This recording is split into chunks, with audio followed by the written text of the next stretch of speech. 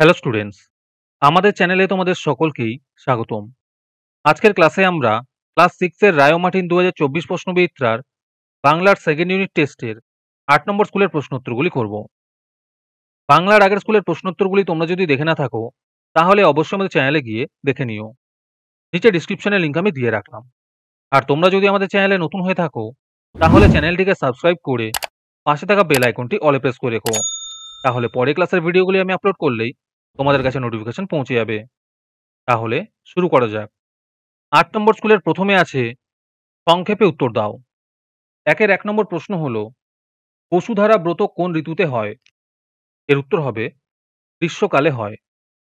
একের ২ নম্বর প্রশ্ন হলো, হাটে সন্ধ্যা প্রদীপ জ্বলে না কেন?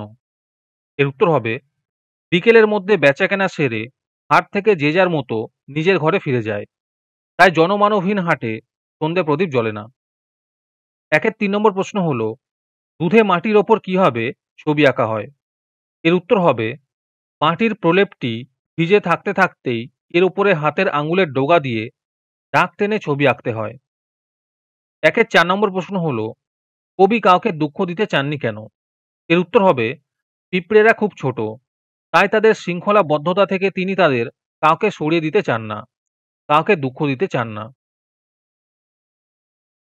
একের ৫ নম্বর প্রশ্ন হলো, আম গাছে কেন হেঁকো দিতে হয়েছিল?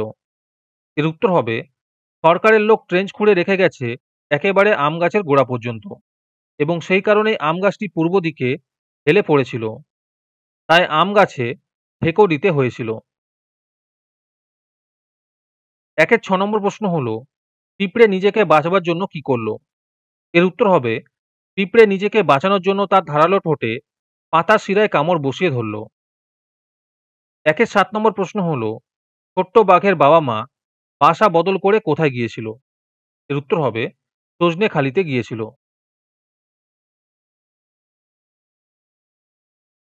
একের ৮ নম্বর প্রশ্ন হলো, এই হয়তো সশরীরে রাঁচি ফেরার শেষ সুযোগ। কোন সুযোগের কথা বলা হয়েছিল? এর উত্তর হবে লেখক একটি বেবি অস্টিন মোটর গাড়িকে মন্থর গতিতে তার দিকে এগিয়ে আসতে দেখলেন। মোটর গাড়িটিও তার হাঁকডাক উপেক্ষা না করেই এগোতে লাগলো।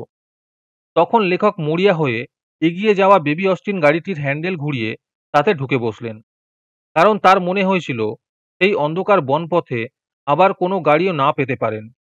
তাই এই বেবি অস্টিন গাড়িটিকে তার রাঁচি পৌঁছানোর শেষ সুযোগ বলে মনে হয়েছিল।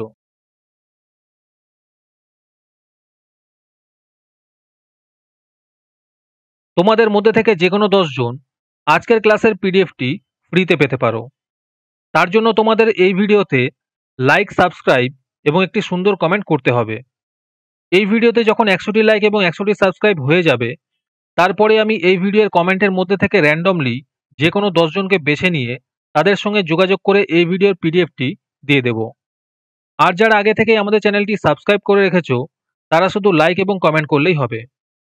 আর বাকিরা এই পিডিএফটি ৩ টাকা দিয়ে আমাদের হোয়াটসঅ্যাপ নাম্বার 7501121499 এ যোগাযোগ করে নিতে পারো। তারপরে ২ নম্বরে আছে নিজের ভাষায় উত্তর দাও। এই প্রশ্নের উত্তরগুলি আমি তোমাদের দেখিয়ে দিচ্ছি, তোমরা দেখে দেখে নোট ডাউন করে নিও। ২ এর ১ নম্বর প্রশ্ন হলো, উদার আকাশে মুক্ত বাতাসে চিরকাল একই খেলা। কোন প্রসঙ্গে কবি একথা বলেছেন?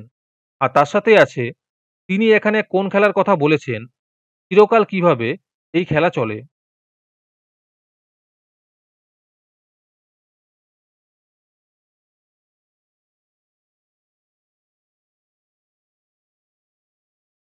অথবাতে আছে মাটির বুকে যারাই আসি এই দুদিনের ঘরে। এই দুদিনের ঘরে বলতে কি বোঝো? আর তার সাথেই আছে কে সবাইকে কিভাবে এই দুদিনের ঘরে আদর করে ঘিরে রাখে।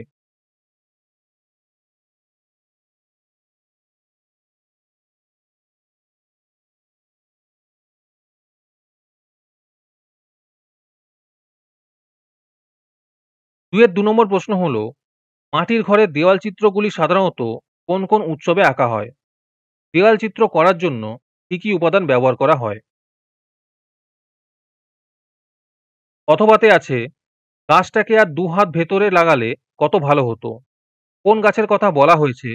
কেন বক্তার এমন মনে হয়েছে?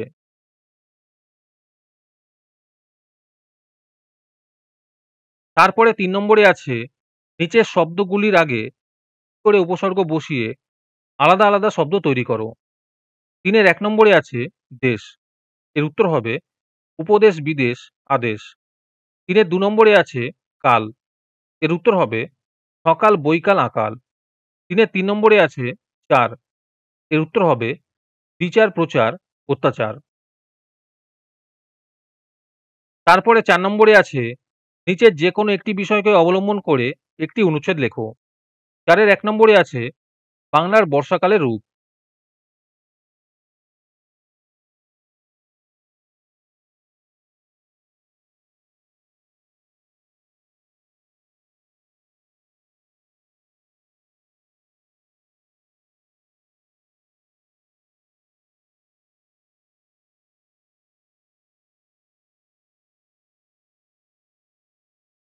চারের ২ নম্বরে আছে মিশন চন্দ্রযান-৩।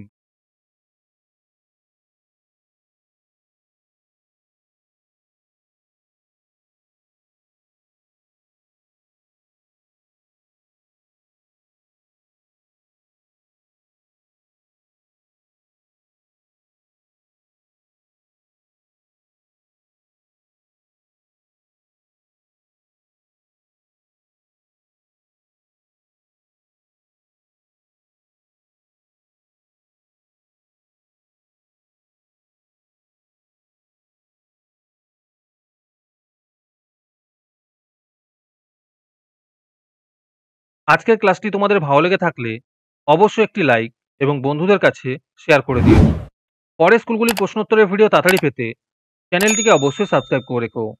তাহলে দেখা হচ্ছে পরের ক্লাসে।